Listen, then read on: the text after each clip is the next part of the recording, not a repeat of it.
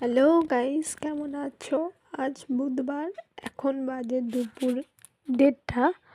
আর এখন ডোডো ভাত খাচ্ছে মাছের ঝোল দিয়ে, লাউ, আলু, টমেটো দিয়ে 2 পিস মাছ ঝোল করে দিয়েছিলাম, সেটা দিয়ে এখন ভাত খাচ্ছে। ওকে খাইয়ে দিতে হবে, ডেলি ওকে খাইয়ে দিতে হবে, সকালে বিকালে।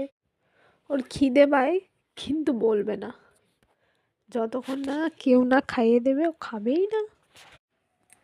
দেখো কেমন মুখটা চুপ করে আছে। আর সেই থেকে ওর পায়ে একটা মশা বসছে, মশাটা মারতেই পারছি না, কেমন পায়ে বসছে দেখো। কি বলবো তোমাদের সাথে, কিছু বুঝতেও পারছি না। রুই মাছের ঝোল দিয়ে ভাত। আসলে ওর মাংস ছিল না, আজকের বাবা আসার সময় মাংস আনবে, রাত্রে ওকে মাংস ভাত দিয়ে দেবো। দুবেলা মাংস ভাত দেওয়া হয় না, কোনো দিন মাছ, কোনো দিন মাংস। আর ডিম খেলে তো ওর গায়ে পুরো র্যাশ বেরিয়ে যায়।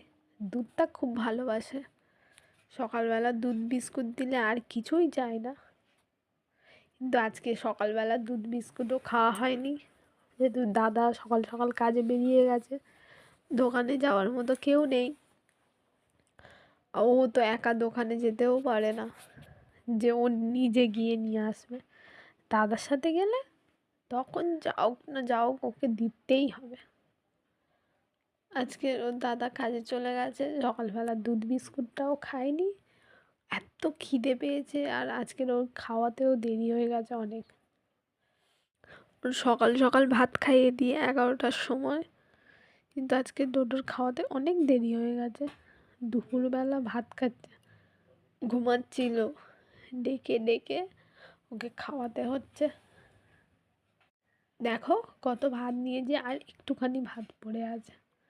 সব ভাতটা খেয়ে নিয়েছে, খাইয়ে দিলে খেয়ে নেবে, কিন্তু নিজে যদি খেতে বলা হয় তখন একটা ভাতও খাবে না, উঠে চলে যাবে।